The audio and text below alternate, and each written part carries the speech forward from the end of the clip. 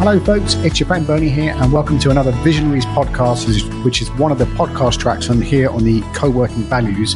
And Visionaries is a series we do with Igor and Helga over at Ancards, where we go around the world. Jose and myself have done episodes with people from all over the world who have unique stories and circumstances in which they started their co-working spaces and built unique communities.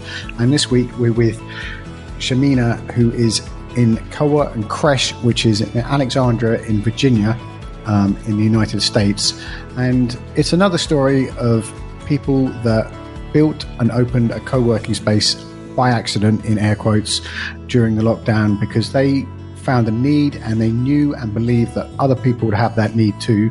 And in this case, it is a co-working space with a full-blown creche, so people can bring their children to work and have them cared for as it all goes on. And you'll hear, this is possibly one of the best conversations I've had, because it's not just about co-working, it's about being a parent, a business owner, a mother, a partner, and all those things that make a very, very human conversation. And I think that's one of the things that makes a community work best in the world. So I'm going to hand over to myself hosting this, and Shamena. Thank you very much for your time and attention. Take care.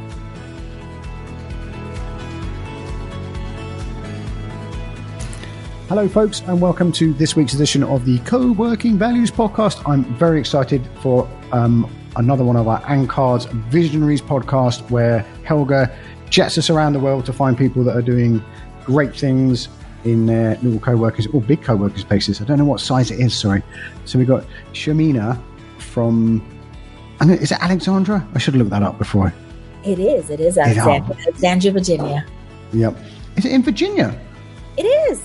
Okay, so look, normally I start this by saying, what are you known for and what would you like to be known for? And I missed that bit out in my excitement and self-congratulatory of getting it right. So what are you known for and what would you like to be known for? Oh, personally or as a co-working space? Personally. Personally, what am I known for? I would say if you really know me, you would know that I'm a foodie. So I'm known for loving food, cooking food, all things food. I would love to be known as a well-balanced mother, professional, change maker. All at the same time? All at the same time? I so have to send you a link to Better Things. That's what Sam Fox in that TV show is. She does it all at the same time. What is, so obviously you have a co-working space, which is why you're here. And how did you get into that? Because it's not just some desks. Describe the whole scene to us. Oh, okay. Let me paint the picture. Beautiful space here in Alexandria, Virginia, which is right outside of the Washington, D.C. Area. We're considered part of the metro area. How I got here, so height of the pandemic, we have 3 children, 18, now 6, and about to be 5. So the last 2, those are my hurry up and dones, is what I call them. And they were at home, I think at the time, going on 2 and going on 3. So I'm there. I'm working from home. My husband is as well. He's in tech. I'm a government worker at the time. So, just trying to make it. And there I was on these, on calls. And so were my children. And, you were sharing with me, you had your little one earlier. I don't know if you remember the potty training days, right? We're really lucky in our family because he got ill once. He potty trained in like 48 hours. And that's not because my wife hid loads of stuff. He just sort of saw the potty, got it, and was off. So, but I do remember like following him around and stuff like that. So 2 at the same time must be pretty hardcore. Well, first of all, I want to redo. Can I also have your I want an Ollie too. I want to redo on my on my motherhood journey. They were there, and I wish I had this like big deep story to tell you. But essentially, what happened? I would be on these Teams calls. I would, Team, Zoom, whatever it was. I'd be on these work calls. And as they were potty training, where my sort of desk was, we have a powder room right downstairs. So obviously, even though both my husband and I were at home, the girls would only want mommy, right? Naturally. And so, when kids are potty training, you always tell them, okay, you don't sort of, do it yourself. You let me know. And boy, did they let me know. They let me know, and everyone that I was speaking to on those work calls know. So that's really what did it. They just be in the background saying, Mama, wipe my tush, right? And just everyone heard it multiple times, right? And I just became so embarrassed. So that's it. Like I didn't want to be like the embarrassed mom, right? Anymore. So yeah, I said, I can't, I told my husband, I said, I can't do this anymore. Cause I was about 17, I think 16, 17 years in to my career. And I said, this is crazy. Like, I don't want to stop working, but I can't keep doing this. And so I said, I just want focused work time, honey. I just want to be able to focus. I want to be able to work. And like, I don't want YouTube watching our children, right? Like, because YouTube was the babysitter. They were watching YouTube, but YouTube was watching them. And I looked around and I didn't see a model that like fit our life. So we built it. Yeah. Had you ever heard of co-working before? No. Ironically, no. I hadn't. Yeah. And how did you know what to do? Like going from working in a career in, I'm going to say institution, but you can tell me if that's not the right word. And then to starting your own business. How was that leap? I think it was exactly that, right? It was a leap, I think. So I'm prior military, right? I'll say that. So proud U.S. veteran. And after so many years in the federal government, I feel that even at a young age, you're given certain responsibilities, right? There's a trust there. So I think being able to be audacious and think that you can do anything, it's not that far of a leap, right? If at 19, 20 years old, you're in the military, the responsibility that you have, it's not fast forward years later, it's not that much of a leap to say, oh, I see a problem. How do I solve it? And I think that's just who I am as an individual anyway. So in regards to business, no, I never thought I would be an entrepreneur. Never thought that I had this sort of like business mind. I was just tired, and I was just like tired of being tired, right? I just knew I couldn't keep doing this juggling game and this balance, this crazy trying to figure it all out. And something had to give.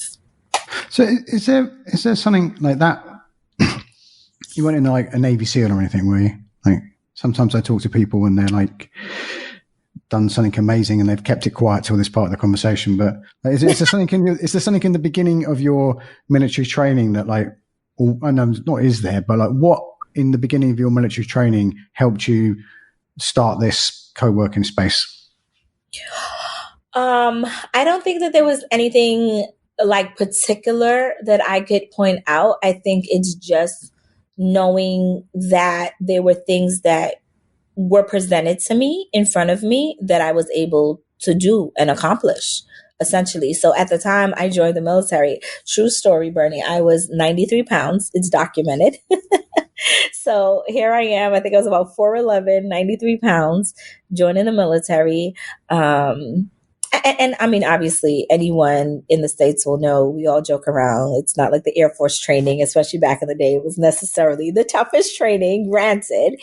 But being able to just accomplish things that you never, thought possible, deploying, right? I just, again, like having a certain amount of responsibility.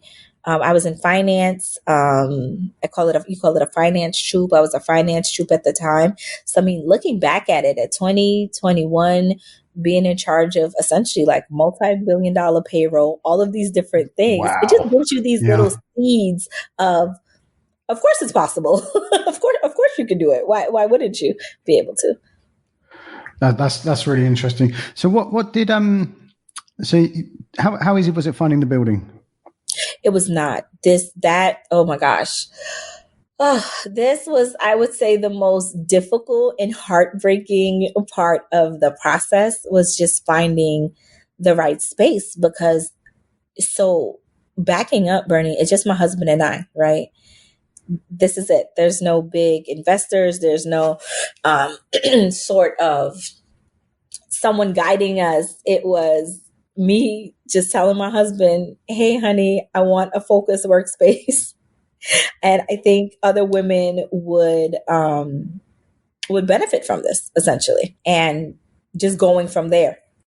As you said, how easy was it to find the building? Right? You want to ask me that? Okay. I think so. Actually, we had a particular place in mind in the beginning that we just thought would be so great, so wonderful of a place. And that completely fell through. Like my heart was set on this place. We just knew that it was going to work. And at the sort of not very last moment, but we were told by the broker at the time that there's another company that wants the space and you're not going to be able to compete. You don't have the experience. You don't have the years behind you, the reputation, or the money to be able to compete with the company that wants the space. So basically, you should give it up. And I remember being so just heartbroken, right? Well, I mean, to be fair, everything he said was true, right? We didn't have the years of experience. Who were we? No prior like business experience per se, right? We had careers and all of that, but no, we never had a business before. Definitely didn't have like the financial backing of this great company or whatever. So everything was the truth, but it still hurt, right? Nonetheless. So after crying on my couch for a while, I figured it out. And then we just started the search again. And then landed on this beautiful building and this space, and just doing our best, to do right by it. But so we're mid-sized. You had asked. We're mid-sized. So we have a little bit. We have 12,312 square feet. So yeah. How long did it take to get from like I found a building to here we are? So we found the building, I want to say, in September of 2022. The lease was finally signed, I want to say the end of, call it February 1st of 2023. And then we moved in about a week later and then opened the doors June of 2023. So what is it? October, November, December, January, like February, like almost 4 or 5 months of between signing like the letter of intent, going back and forth, looking at the lease, the terms, all these different things to finally get in the door. Can you say a bit about how it feels to be a mother running a co-working space that's including children? Because it's more than just, it's not like you set up a business. Oh, hey, honey, let's get into the real estate industry and serviced office space. We were talking before we came on, there's a lot more meaning and intent than, which is, obvious to people listening to this. But what does it mean to like be able to enable parents and women and take care of children and all that little element? Yeah, no, thank you. It means the world to me. Like I said, no. And I love that you said that, because that was the other part of it, right? Like wanting home to be home again. The same thing. Like we're blessed with a house that has enough space that I could have I have my home office. My husband has his own home office. So we have enough space for it, right? But there's a part of it where I just want my home to be my home again, right? I want that separation. I want that separation, but between church and state. I want that separation to be able to come in, make dinner, not see papers, around the place, not to have. So I don't know about you, Bernie, but I ended up working more when I work from home. So then like my laptop would be on and open and people would still call like after hours, after work hours. So you still hear the ringing of it. I mean, I always had a work phone, but then now you hear the laptop ringing. So then you feel as though, oh, I have to, I felt like I have to go answer this, right? But it's 6:30, it's 7 p.m. Why? Why are you doing it? It's really tricky, like, especially in that era. It's really tricky to make those boundaries. And I was lucky I still work too much and, I work for myself, but the people I work with on projects are deliciously boundaried, in a very positive, friendly, healthy way. But I imagine, and you can definitely tell me out loud if I'm wrong, but like when in your job, because the whole country's, in turmoil because of the pandemic and lockdown and everything like that, it's not like you're, running a furniture shop. It's national service, isn't it? Right. It is. And so I think with that, when you're in this sort of like position of service, you have a healthy respect for what's going on big picture. So it becomes less about you, if that makes sense. But then at the same time, that's what I think you struggle with, creating healthy boundaries, or I love what you just said, delicious boundaries. Because when you're thinking, like you've been taught and you've been trained to think outside of yourself and to put like the mission first, it's hard for you to create boundaries, right? Because it's like, where do you end? Where does service begin, right? And it doesn't even matter if you have this super serious job or it's just this sense of duty that becomes ingrained in you and was ingrained in me for, since I was 20 years old. I'm 43 now, right? So all these years of thinking that, okay, it's the big picture. It's the big picture. It's about serving. You don't. I will speak for myself. I did not have healthy boundaries. So while we're on healthy and unhealthy boundaries, so there's everything you just said, and then this term, I imagine you use it in the States as well. There's like the motherhood tax as well. So there's. Do you know that phrase? I've heard that phrase. I probably should know a little bit more about it. It's like everything that comes with being a mother. So like, I've got to learn about it more working with Gemma and Caroline at the Breaker Collective. But it's a bit like as we were saying in the pandemic, men started to work from home, and men and women, mothers, became work from home and childcare. So there's like, they had two jobs working from home and men had one. Right. Absolutely. And like in our house, we're like a democracy, but Ollie will go to my wife first and she will wake up before I do. And even though I try very hard to do that, folks, but he'll cough and he's down the corridor. He'll cough in the night in a strange way. And she's like, Pachoo! Right. No. And thank God for the world for mothers, right? Right. Because dads can absolutely sleep through anything. That's so funny. Like we're going through flu season here, and that's true. Like, so we leave the bedroom door open so we can hear our girls just for that reason. That's so funny. So in case I hear a certain cough or a certain, like we know the difference. We don't sleep the same. But yeah, definitely during that time, it was, the girls would come to mommy, right? And my husband, try as he would say, hey, mom's working, dad's here too. You can ask me for things. But it's just sort of like that natural role to come to mommy, whether you're looking for snacks, if you're looking for help on the potty, if you want me to change the channel. Thank God for Google Voice.